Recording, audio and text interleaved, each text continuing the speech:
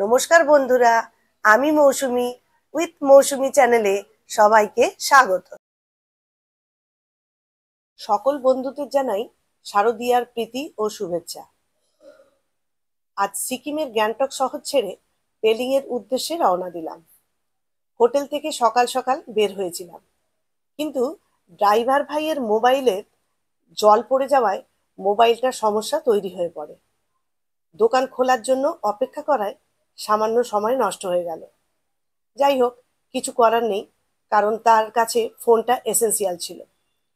আমরা পেলিং যাচ্ছি, কিন্তু যাওয়ার পথে কিছু স্পট দেখে দেখে যাব। যেতে যেতে রাত হয়ে যাবে পেলিং পৌঁছতে। এই পেলিং আমি প্রথম যাচ্ছি। ওয়েদার খুব ভালো, কিন্তু শুনছি কলকাতায় ওয়েদার খুব একটা ভালো ছিল না, আস্তে আস্তে ভালো হচ্ছে। আবার শুনছি উত্তরবঙ্গের ওয়েদার খারাপের দিকে যাবে। যাই হোক, বেড়াতে এসেছি, ওয়েদার যেমনই হোক ঘুরে নেব। গ্যাংটক এই নিয়ে দুবার হয়ে গেল, খারাপ নয়, খুবই ভালো লাগলো। আজ পেলিং পৌঁছাবো, হোটেলে রেস্ট নেব। আগামীকাল পেলিং শহরের বিভিন্ন স্পট ঘুরে দেখব। পরশুদিন রওনা দেব বাড়ির উদ্দেশ্যে।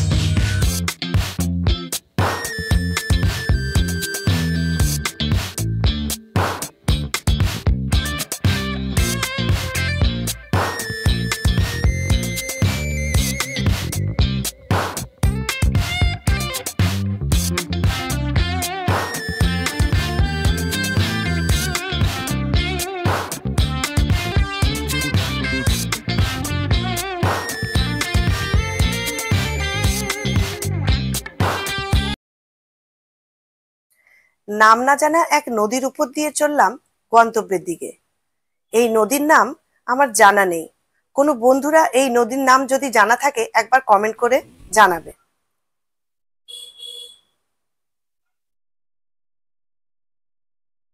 এখানে সরকারি কাজ যেমন ড্যাম, রাস্তা, সেতু নির্মাণের কাজ চলছে। জানি না এই স্বপ্নপুরী পাহাড় আরো কত সুন্দরভাবে তৈরি হবে। পরবর্তী সময়ে আশা রাখি আরো সুন্দর হবে এই সিকিম।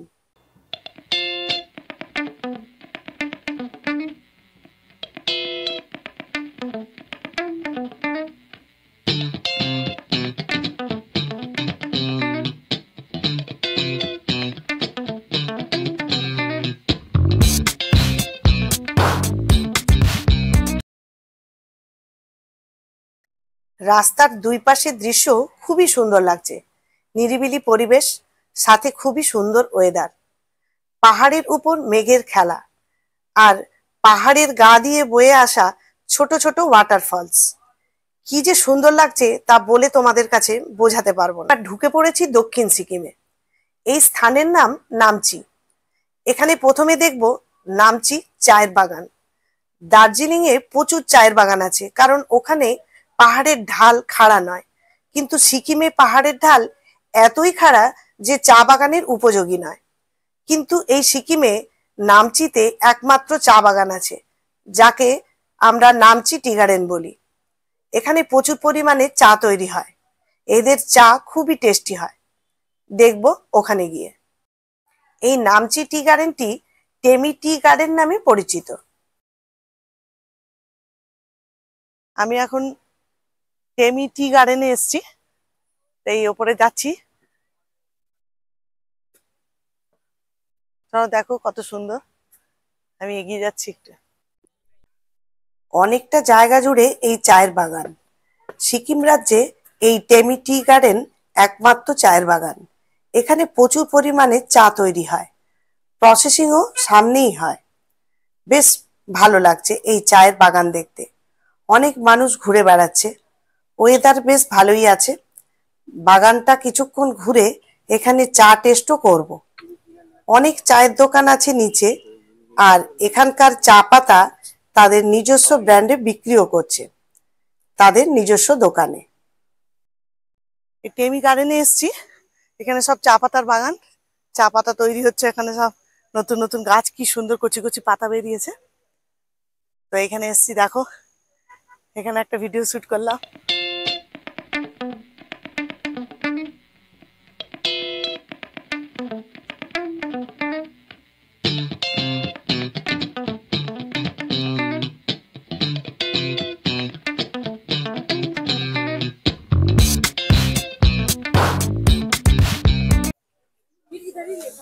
চলে এলাম মোমো খেতে, মোমোর স্বাদটা দেখি এখানে কিরকম। তো চলো খেয়ে নি, তারপর তোমাদের জানাচ্ছি।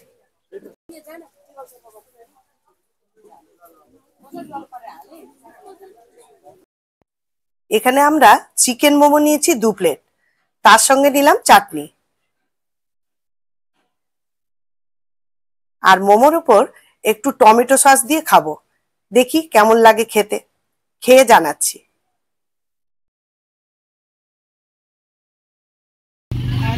চিকেন মোমো নিয়েছি, 100 টাকা নিয়েছে এখানে, কিন্তু খেতে দারুণ টেস্ট, খুব ভালো লাগে।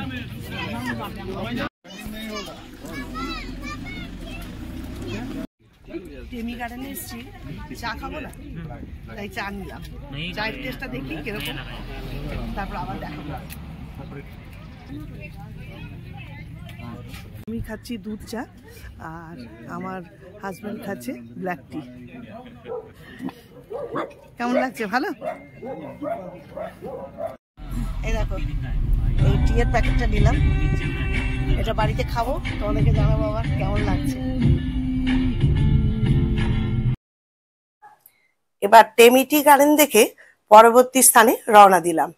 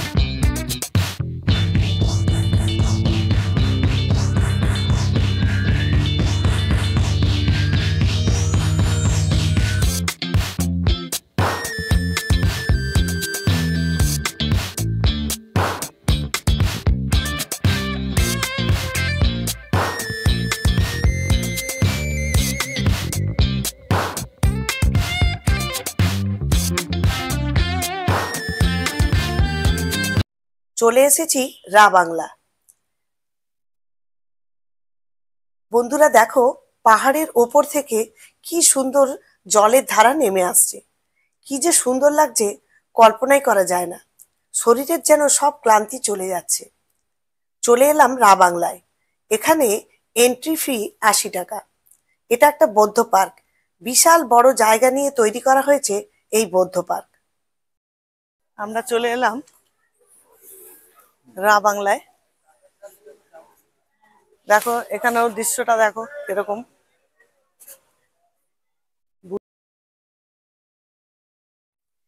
130 ফুট উচ্চ এই বৌদ্ধ মূর্তির নিচে এক মনিস্ট্রি আছে। সারিবদ্ধভাবে ঝাউ গাছের সারি দিয়ে সাজানো হয়েছে এই পার্কটি। বেশ ভালো লাগছে। এখন আকাশটা মেঘাচ্ছন্ন হয়ে আছে।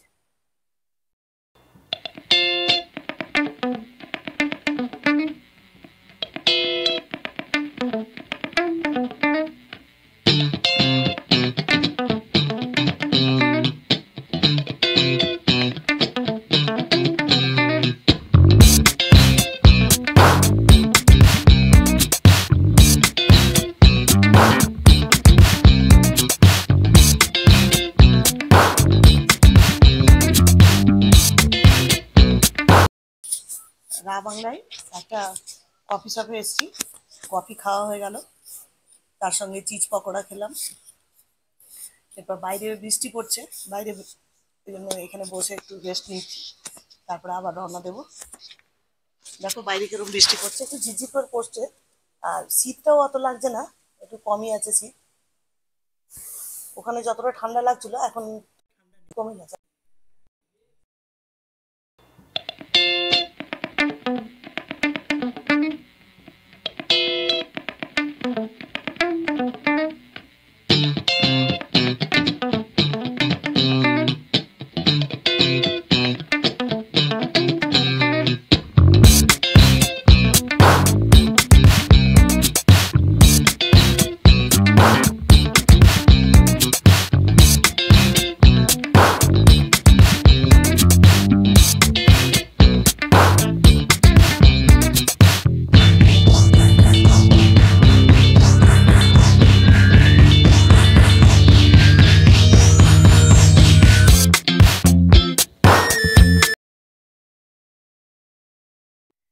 রা বাংলা ছেড়ে নামচির দিকে এগিয়ে চললাম।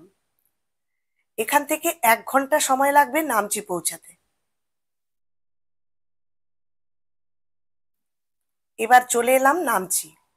এখানে আস্তে আস্তে বেলা পড়ে গেছে, কিন্তু কি করব, সময়টা তো খুবই কম, তাই সন্ধ্যা নামলেও নামচির 4 ধাম টেম্পল দেখতে গেলাম। মন্দির প্রায় সব বন্ধ হয়ে গেছে, তবুও তা ঘুরে দেখলাম। এখানে 4 ধামের 4টি ধামই খুব সুন্দরভাবে তৈরি করা হয়েছে।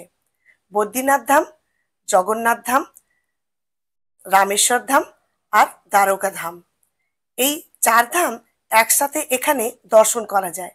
সর্বশেষ বাবা মহাদেবের মন্দির, তার উপরে বিশাল আকারে তার মূর্তি, খুবই ভালো লাগলো। এই নামচির 4 ধামকে সিদ্ধেশ্বর ধামও বলা হয়।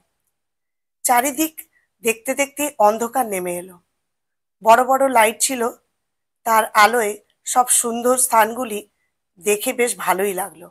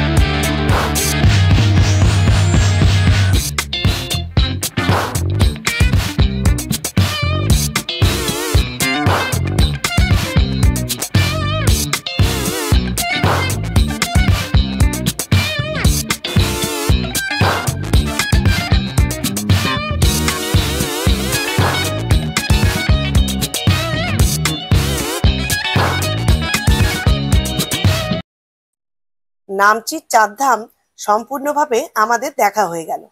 এবার পেলিং এর দিকে রওনা দেব। আজকের দিনটা কিন্তু খুব ভালো করে কেটে গেল। পাহাড়ের পথটা সম্পূর্ণ অন্ধকার। দূরে পাহাড়ের কোলে অসংখ্য বাড়িতে ছোট ছোট আলো দেখতে পাচ্ছি। সকাল 10টায় গ্যাংটক থেকে বেরিয়ে আমরা রা বাংলা, নামচি সমস্ত জায়গাগুলো ঘুরে এসে এই রাত্রি এখন 9টা 5 আমরা পৌঁছলাম পেলিং এ। তো হোটেলে পৌঁছে গেছি। তো হোটেলটা তোমাদেরকে একবার দেখিয়ে দিই। এই হোটেলের বেডরুম, এখানে দেখো এই আয়না, সুন্দর সাজানো। এখানে রাত্রিরে তোমাদের দেখাবো, এখানে সব দোকান টোকান রেস্টুরেন্ট অনেক আছে এখানে পাশাপাশি। আজ সারাদিন ঘুরে শরীরটাও একটু ক্লান্ত হয়ে পড়েছে। ফ্রেশ হয়ে ড্রেসটা চেঞ্জ করে নেব। একটু ওয়াশরুমটা দেখে নিই।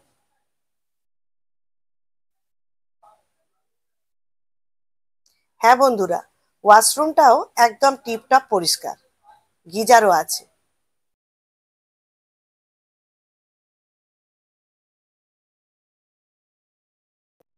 এবার ড্রেস চেঞ্জ করে ডিনারটা সেরে নেব। কাল আবার পেলিং শহরটা দেখব। কাল আবার দেখা হবে। আজকের মতো টাটা, গুড নাইট।